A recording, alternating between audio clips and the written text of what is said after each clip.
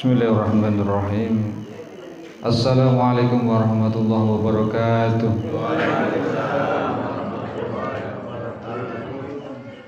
Alhamdulillahi rabbil alamin.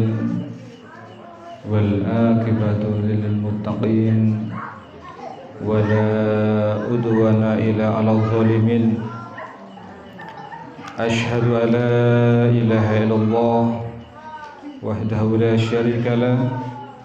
Wa asyhadu anna Muhammadan abduhu wa rasuluh. Allahumma sholli ala sayyidina Muhammad wa ala alihi wa sahbihi wa man tabi'ahum bi ihsan ila yaumiddin. Amma ba'd. Ilahi anta maqsudi wa ridhaka matlubi atini mahabbataka wa ma'rifataka. Yang sama-sama kita hormati Bapak Takmir Mushola Al-Hikmah, Bapak Ibu hadirin hadirat jamaah pengawasan rutin Selapanan malam Ahad Pon yang tidak dapat saya sebut satu persatu, yang mudah-mudahan kita semuanya dimuliakan oleh Allah Subhanahu wa taala. Alhamdulillahirabbil alamin. Jamaah Mushola Al-Hikmah yang dimuliakan oleh Allah Subhanahu wa taala, saya ingin bercerita tentang Rasulullah sallallahu alaihi wasallam. Bahwa banyak riwayat menyatakan Rasulullah sallallahu alaihi wasallam itu beliau kalau sholat itu sampai kakinya bengkak gitu. Kalau sholat begitu sampai kakinya beliau bengkak. Bahkan suatu saat juga istri beliau Sayyidah Aisyah itu mendapati ketika malam-malam itu Rasulullah SAW itu dalam keadaan sujud, dan saking sujudnya terlalu lama, beliau Sayyidah Aisyah itu sampai khawatir jangan-jangan Nabi itu sudah wafat. Dan banyak riwayat yang lain, begitu intens, begitu khusyuknya beliau beribadah kepada Allah Subhanahu wa taala. Pun pula kepada murid-murid beliau, para sahabat. Para sahabat radhiyallahu anhum. Mulai dari sahabat Abu Bakar, sahabat Umar bin Khattab. Sahabat Umar bin Khattab itu beliau itu ketika perang dipanah, kena panah. Dan operasinya ketika itu tidak ada operasi semacam sekarang, ada di Patiroso Pak, dikasih bius, tidak. Tapi sahabat Umar ketika kena panah, dicabutnya itu dengan apa? Dengan beliau meminta izin untuk sholat. Maka ketika beliau sahabat Umar itu sholat dicabut itu tidak terasa. Nah, itu kualitas ibadah sahabat Umar. Sahabat Utsman bin Affan itu misalnya ketika satu rakaat berdirinya itu mengkhatamkan Al-Quran. Itu sahabat Utsman bin Affan. Itu sahabat-sahabat beliau. Kok bisa ibadah-ibadah mereka itu kok begitu dirasa nikmatnya, nikmat dalam beribadah. Ibadah bukan menjadi beban, tapi ibadah adalah kebutuhan. Bahkan merasakan kenikmatan di dalam beribadah kepada Allah Subhanahu wa taala. Mudah-mudahan ketika kita memahami tujuan daripada kita beribadah kepada Allah Subhanahu wa taala itu, maka insya Allah ibadah itu bukan hanya rutinitas, tapi ibadah yang berkualitas. Nah, Allah Subhanahu wa taala berfirman, a'udzubillahi samiil alim minasyaitonir rajim, wa ma khalaqtul jinna wal insa illa liya'budun. Pun apal nggih Bu nggih? Sampun nggih, Bapak-bapak insyaallah nggih. para mufasir jamaah, para mufasir itu menafsirkan ayat ini liyak budun itu diantaranya adalah Imam Ibnu Katsir dalam tafsirnya adalah illa liyak budun itu illa liya'rifun. Ya, liyak budun itu ditafsirkan liya'rifun. Apa artinya? Allah menciptakan kita manusia dan juga jin adalah untuk mengenal Allah Subhanahu wa ta'ala. Jadi sebelum ibadah jamaah, sebelum ibadah itu kita diperintah kenal dulu. Kenal dengan siapa yang kita ibadahi, siapa yang kita sembah. Ya. Jadi sebelum menyembah itu kita harus mengenal siapa itu Allah Subhanahu wa ta'ala. Ya. Supaya apa? Supaya ketika beribadah itu merasakan kedekatan dengan Allah, merasakan kenikmatan dalam beribadah kepada Allah Subhanahu wa ta'ala. Karena para ulama mengatakan awal wajibu alal insan ma'rifatullah. Sebelum kita mengenal apapun di dunia ini, ya, sebelum belajar apapun di dunia ini, maka kewajiban pertama adalah pada ma'rifatullah, mengenal Allah Subhanahu wa ta'ala. Sekarang kalau tanglet Bu supaya mboten ngantuk Bu, sampun kenal Allah Bu? Saking sinten?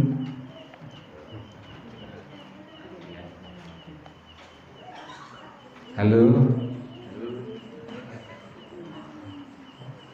Bapak-bapak sampun nggih kenal nggih kali Gusti Allah nggih.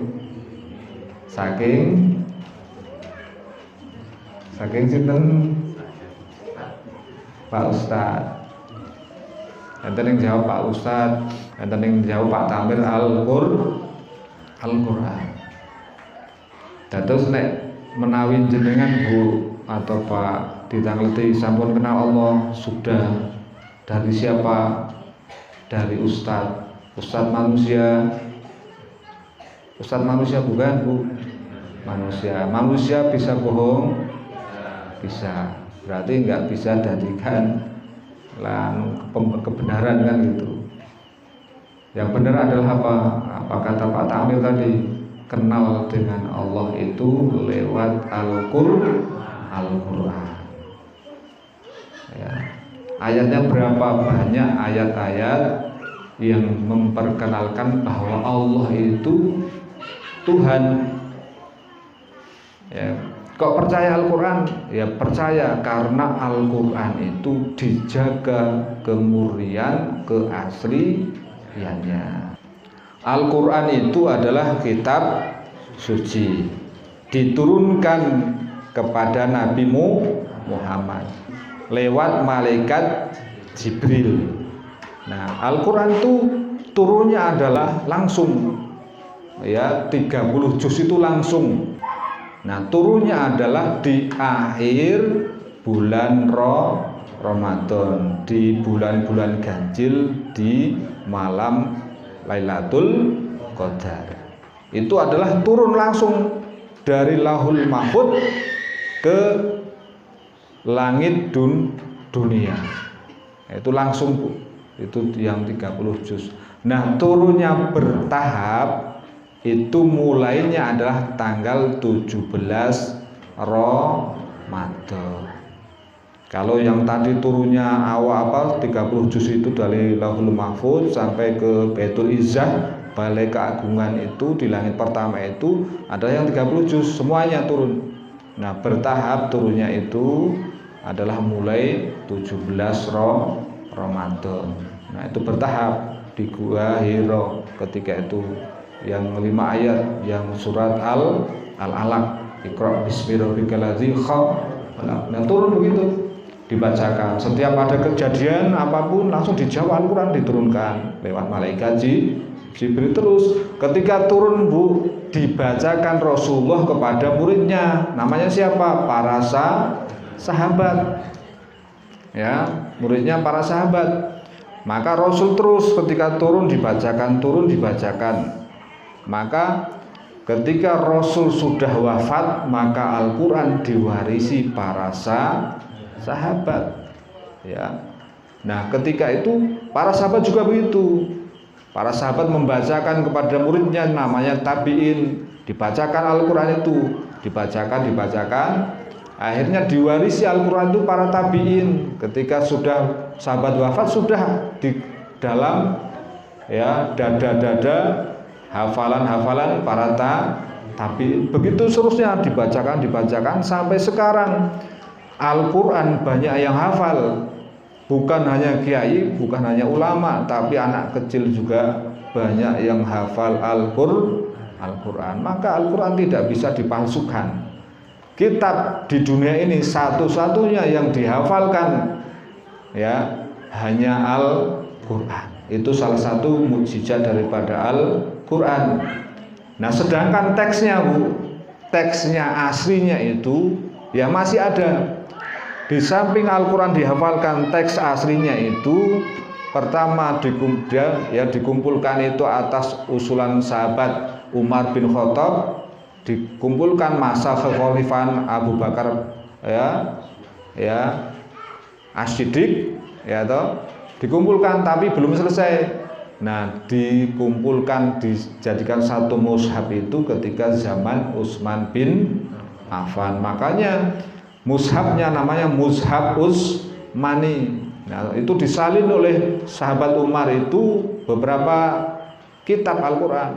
Ada yang riwayat saya kurang tahu persisnya, ada 7 atau 8 salinan itu Mushaf Utsmani itu. Di Al-Quran yang berupa kitab itu langsung didistribusikan, disalurkan ke negara-negara ya Islam ketika itu. Maka sekarang masih ada. Kalau panjenengan ke Mesir, itu Mushaf Utsmani itu masih disimpan, ada di beberapa negara. Di salah satunya di Mesir. Nah, begitu. Itu secara teks Al-Quran itu masih ada wujudnya. Secara hafalan sekarang masih banyak yang hafal. Maka sumber informasi yang di dalam Al-Quran al-haq kebenarannya. La raiba fihi hudalil mutakin, tidak ada keraguan di dalam Al-Quran. Maka setiap firman Allah di dalam Al-Quran, setiap kita wajib mengimani, wajib meyakini, bahkan wajib mengamalkan. Begitu. Itu maka Allah Subhanahu wa taala memperkenalkan dirinya di dalam Al-Quran. Di antaranya adalah As-Sajdah ayat 4, Allah khalaqas samawati wal ard wa ma bainahuma. Akulah Allah, alladzi khalaq, yang menciptakan ya. Allah khalaqas samawati wal ard, yang menciptakan langit dan bumi, wa ma bainahuma, dan di antara keduanya.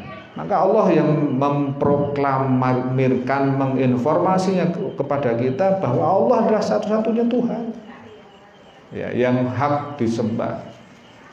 Ya, maka sekarang kita sudah mengenal Allah. Yang pertama mengenal Allah dari apa? Dari Al-Quran. Nah, itu harusnya menambah iman kita, menambah keyakinan kita kepada Allah Subhanahu wa taala. Tidak ragu-ragu lagi bahwa satu-satunya al-haq yang wajib kita sembah adalah Allah Subhanahu wa taala. Maka awalu wajibu ala insan ma'rifatullah. Kalau secara teks di dalam Al-Quran juga dulu ketika panjenengan masih berwujud ruh, tasih kemutan mboten Bu.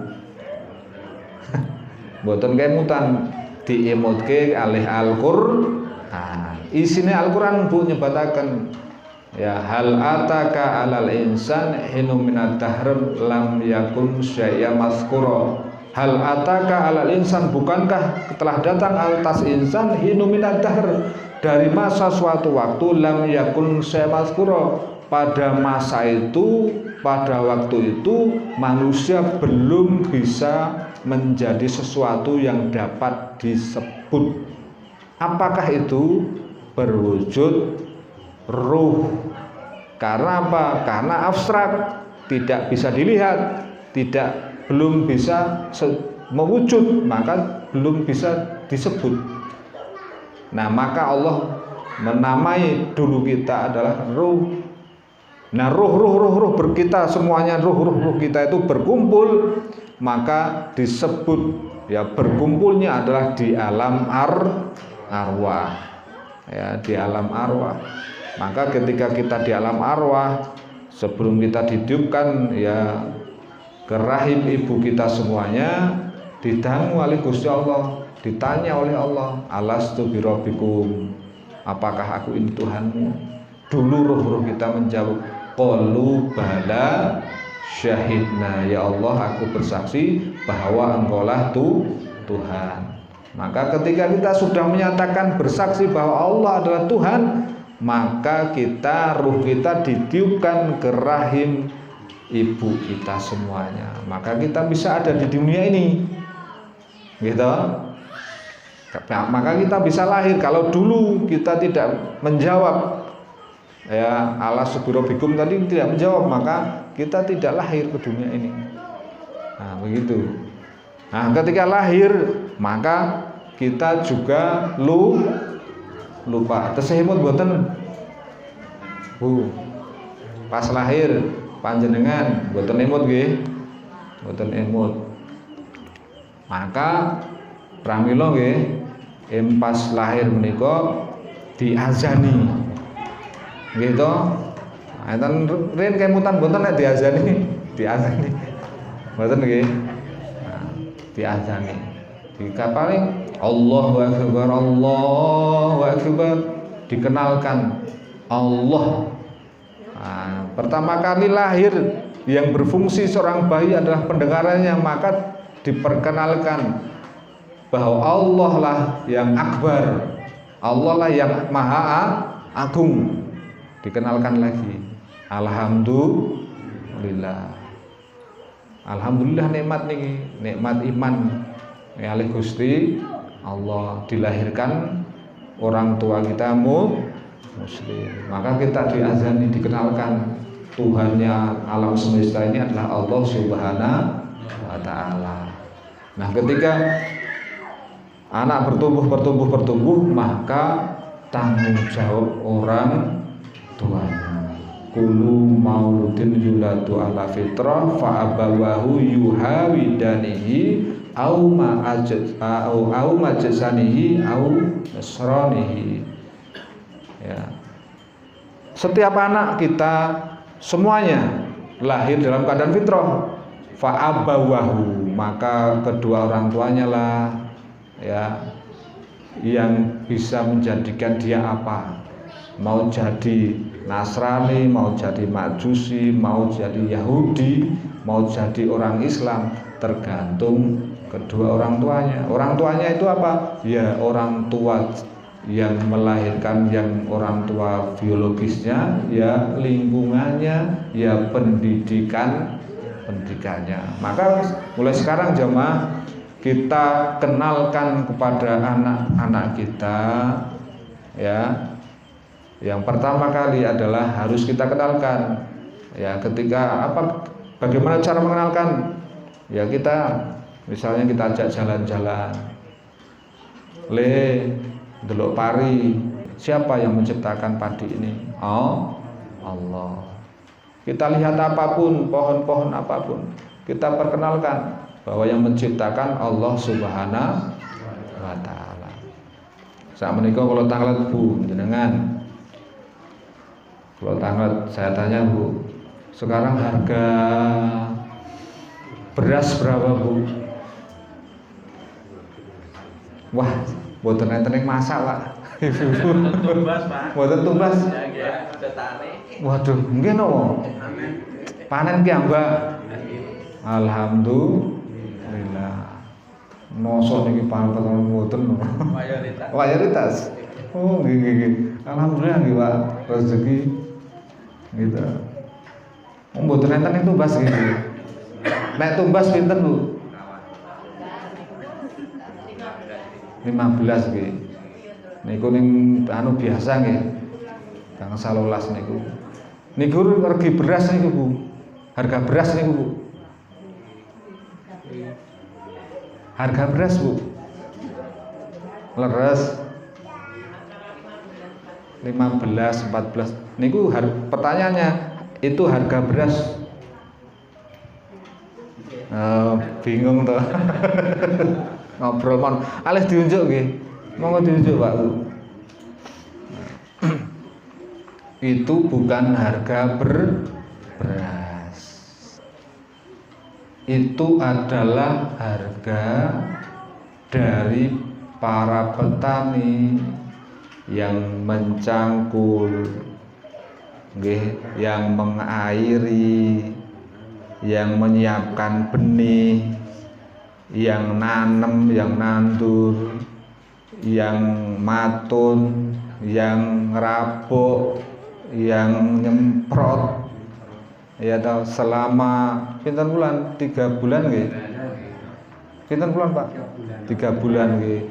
Selama 3 bulan diurus, habis itu dipanen, dijemur, digiling. Ah, itulah harga itu, Bu. Harga dari proses jasa perawatan dari mulai menyiapkan lahan sampai panen.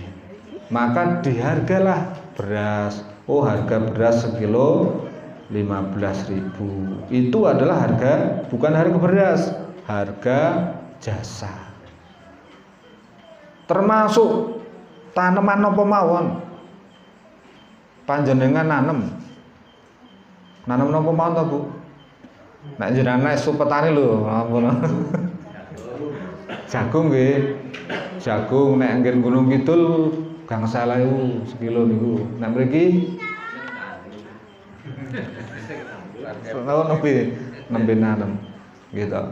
Nah, niku harus kita yakini itu bukan harga beras, bukan harga jagung, bukan harga cabai.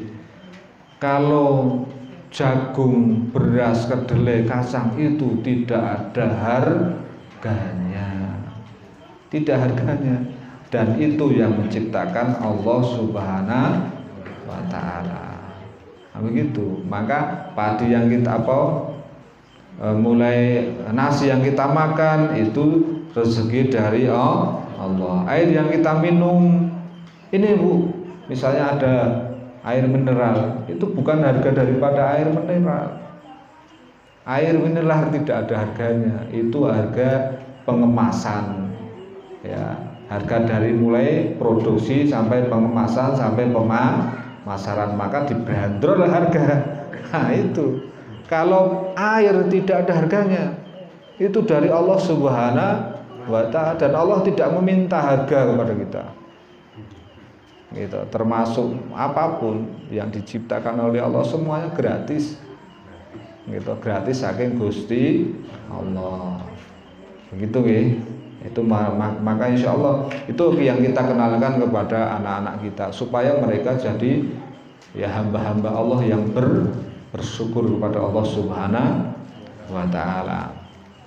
Maka jamaah yang dimuliakan oleh Allah Subhanahu wa ta'ala, maka ketika kita sudah mengenal Allah yang menciptakan langit, bumi dan semua isinya, ya semua isinya, bahkan langit dan bumi itu diciptakan, Bu, adalah untuk kita manusia.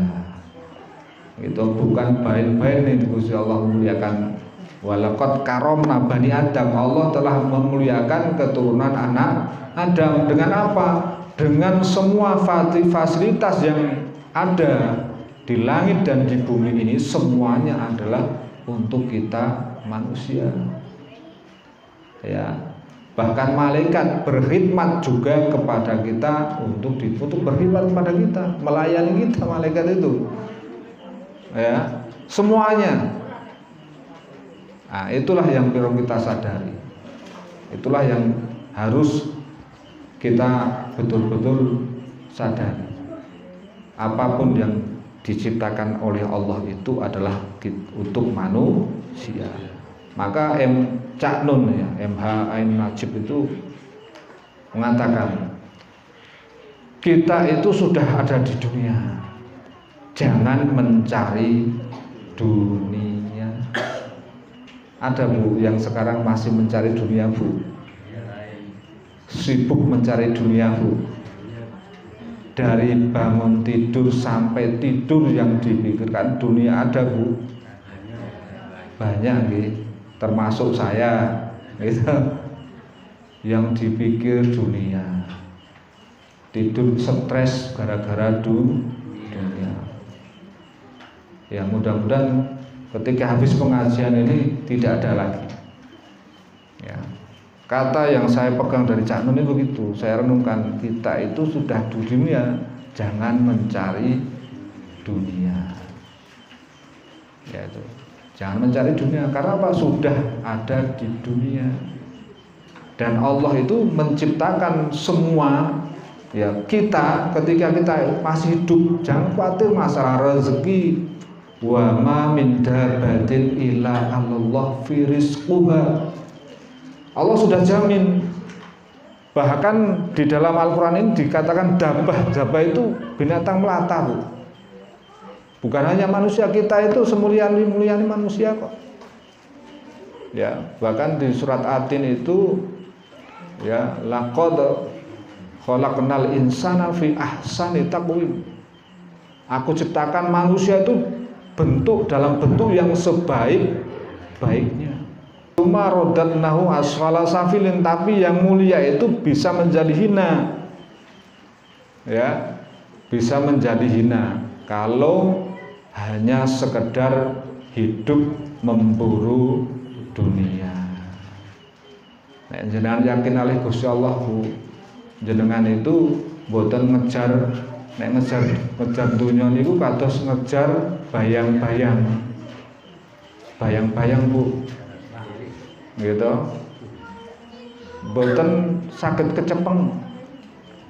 Karena tabiat watak manusia itu kalau dia sudah mendapatkan satu pingin dua. Nah, para sahabat menyikapi dunia itu apa, Bu? Mereka itu bekerja hanya untuk supaya bisa makan, dan makan itu adalah sekedar menegakkan punggung-punggung mereka untuk beribadah kepada Allah Subhanahu wa Ta'ala. Jadi makan itu ya sekedarnya saja supaya bisa tegak, ya supaya bisa kuat untuk beribadah kepada Allah Subhanahu wa Ta'ala. Jadi menggunakan segala fasilitas itu hanya untuk beribadah kepada Allah Subhanahu wa Ta'ala, bukan untuk dikumpul-kumpul, bukan untuk ditumpuk-tumpuk. Itu kan ada ayatnya. Quran surat apa, Pak? Quran surat Al-Humazah. Kan janganlah kita menjadi orang-orang yang celaka, hanya hidup untuk dunia. Dunia itu nanti bukan tempat tinggal. Dunia itu adalah tempat meninggal. Bahaya jenengan sugih, Bu. Bahaya kalau kaya, Bu. Itu matinya itu khawatir suul khotimah. Nek tiyang sugih niku nek mboten kuat, Bu, mungkin nek sedo niku saged suul khotimah. Pas ajeng sakaratul maut niku omahku, mobilku, ya to, emasku, warisanku. Jadi menyawane karep muncul Bu. Sekaratnya susah. Kalau orang miskin, Bu, penak apa ndonya. Kayak ditinggal ya orang dia apa-apa gitu. Itu logika saya, Bu. Bisa keliru. Ya, tapi juga bisa benar kan begitu. Kalau kita terlalu hubud dunia, ya hari-hari mencari dunia, Tuhan kita bukan Allah, Tuhan kita adalah dunia. La ilaha illallah. La ilaha, tidak ada ilah illallah kecuali Allah. Nah, ilah itu sebenarnya bukan, tidak tepat diterjemahkan Tuhan. Ilah itu adalah sesuatu yang dipikirkan, sesuatu yang dimaksud, sesuatu yang dituju, sesuatu yang menguras energi, pikiran, tenaga, sesuatu yang diprioritaskan yang menjadi orientasi, nah itulah ilah. Nek jenengan niku mung donya terus Bu, jenengan berarti ilahnya bukan Allah, ilahnya dunia. Nek jenengan ingkang dipenggalih Bu, yang dipikirkan itu adalah duit, yatra, duit kan. Berarti Tuhannya bukan Allah, Tuhannya duit. Itu Bu. Jenengan. Makanya mulai sekarang, karena kita alhamdulillah ya sedikit kita bisa mengenal Allah, maka mulai sekarang yang kita prioritaskan, yang kita tuju bukan dunia tapi pencipta dunia, yaitu Allah Subhanahu wa Ta'ala. Maka semuanya kita niatkan, aktivitas kita mulai dari bangun tidur sampai tidur lagi, yang kita pikirkan, yang kita berusaha untuk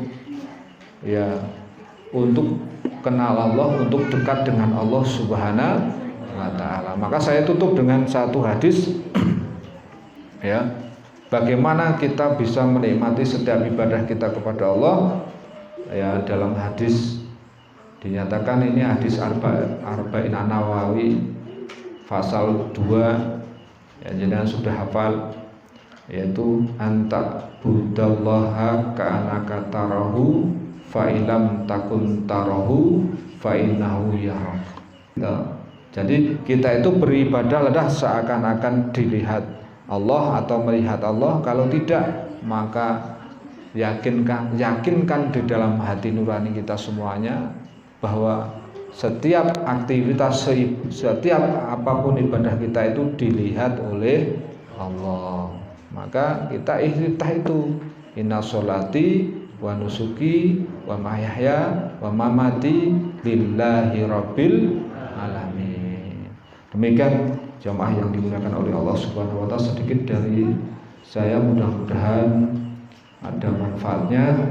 Mudah-mudahan kita semuanya ya tetap ya sampai akhir hayat ya beriman kepada Allah, ya memeluk agama Islam, dan kita mudah-mudahan ketika sudah masanya akhir hayat menjemput kita, mudah-mudahan kita termasuk orang-orang yang husnul khatimah.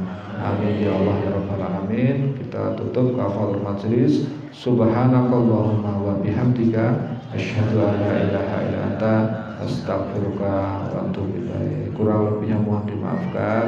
Wassalamualaikum warahmatullahi wabarakatuh.